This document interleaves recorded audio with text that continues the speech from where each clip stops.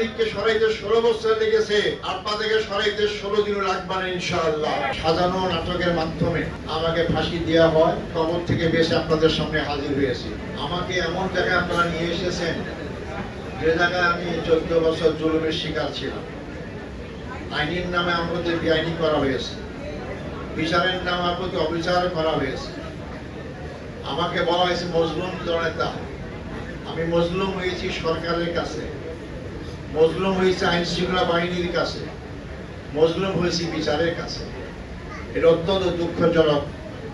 মানুষ যেখানে বিচার রয়ে গিয়ে নিরাপত্তা পায়, বিচার পায়, সম্মান পায়, আমি সবচেয়ে বেশি অসম্মানিত অবিচারের সম্মুখীন হয়েছি।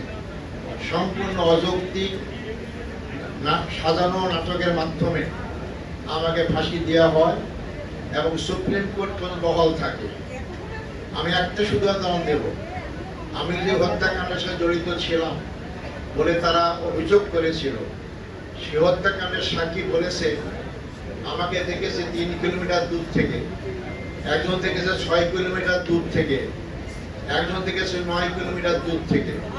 আমার আফসোস, সাক্ষীরা মিথ্যা কথা বলতে পারে, কিন্তু বিচারক তো সাক্ষীর ভিত্তিতেই মূল্যায়ন করে বিচার কার্য সম্পন্ন করেন। ওই সময় ব্রিটিশ সরকারের অন্ধ এই সমস্ত বিচারকরা এটাকে বিশ্বাস করে আমাকে ফাঁসি সুপ্রিম কোর্ট বহাল রাখলো। 24 সালের জুলাই বিপ্লব না হলে আল্লাহ হয়তো আমাকে আজকে আপনাদের সামনে হাজির করার সুযোগ দিতেন না। আপনারা বলতে পারেন যে আমি কবর থেকে বেশি আপনাদের সামনে হাজির হয়েছি। এটা শুধু আমার নয়, এই বিগত 16 বছরে বাংলাদেশের হাজার হাজার লক্ষ লক্ষ মানুষকে এরকম জুলুমের শিকার হতে হয়েছে। এই জুলুমের অবসানের জন্য তৎকালীন রাজনৈতিক দলগুলো, আজকে যারা ক্ষমতায় এবং আজকে আমরা যারা বিরোধী দলে, সবাই আন্দোলন করেছি, কিন্তু কার্যকর আন্দোলন করে সরকারের পতন ঘটাতে পারেনি।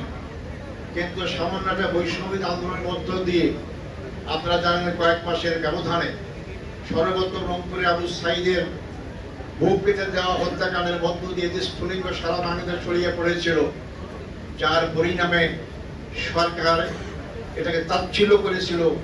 কিন্তু মাত্র কয়েক মাসের ব্যবধানে 24-এর 5ই আগস্ট এমন এক পরিণতি সৃষ্টি হলো বাংলাদেশ ইতিহাসে, সরকার শুধু ক্ষমতাচ্যুতই হয়নি, দেশ থেকে পালিয়ে যেতে বাধ্য হয়েছে।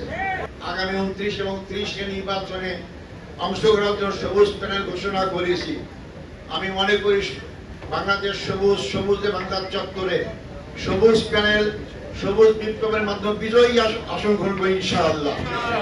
আমরা পরিবর্তন চাই, আমরা আইনগুলো পরিবর্তন চাই। আজকে আবার এই সরকার এই মাত্র 2 মাসের ব্যবধানে বাংলাদেশের জনগণকে রাজপথে আসতে বাধ্য করছে। আমি অত্যন্ত বিনয়ের সাথে সরকারকে বলতে চাই যে ইস্যুটা, যে সমাধানটা সংসদে হতে পারে, এই জিনিসটাকে রাজপথে আনতে বাধ্য করবেন না। রাজপথের আন্দোলন কোন সময় বৃথা যায়নি। আপনাদের পাশে এমন কেউ নেই। আপনারা ভালো করেই জানেন এই 26 সালে নির্বাচন মানুষ জনগণ ভোট দিয়েছে, ভোটকে উৎসব হয়েছে, কিন্তু ফলাফলে যে কারচুপি করে আপনারা ক্ষমতায় এসেছেন আপনারাও জানেন, দেশের জনগণ জানে। এই জন্য এই আন্দোলন যদি রাজপথে আসে, তাহলে আওয়ামী লীগকে সরাইতে 16 বছর লেগেছে, আপনাদেরকে সরাইতে 16 দিনও লাগবে না ইনশাআল্লাহ।